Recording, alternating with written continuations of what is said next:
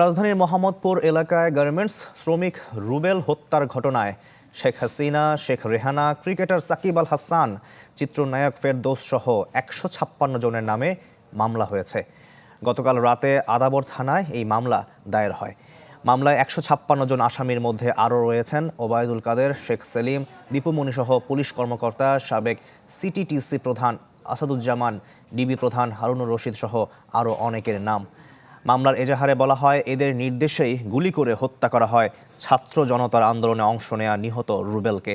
এ নিয়ে এখন পর্যন্ত পলাতক সাবেক প্রধানমন্ত্রী শেখ হাসিনার বিরুদ্ধে ৩০টিরও বেশি হত্যা মামলা হয়েছে।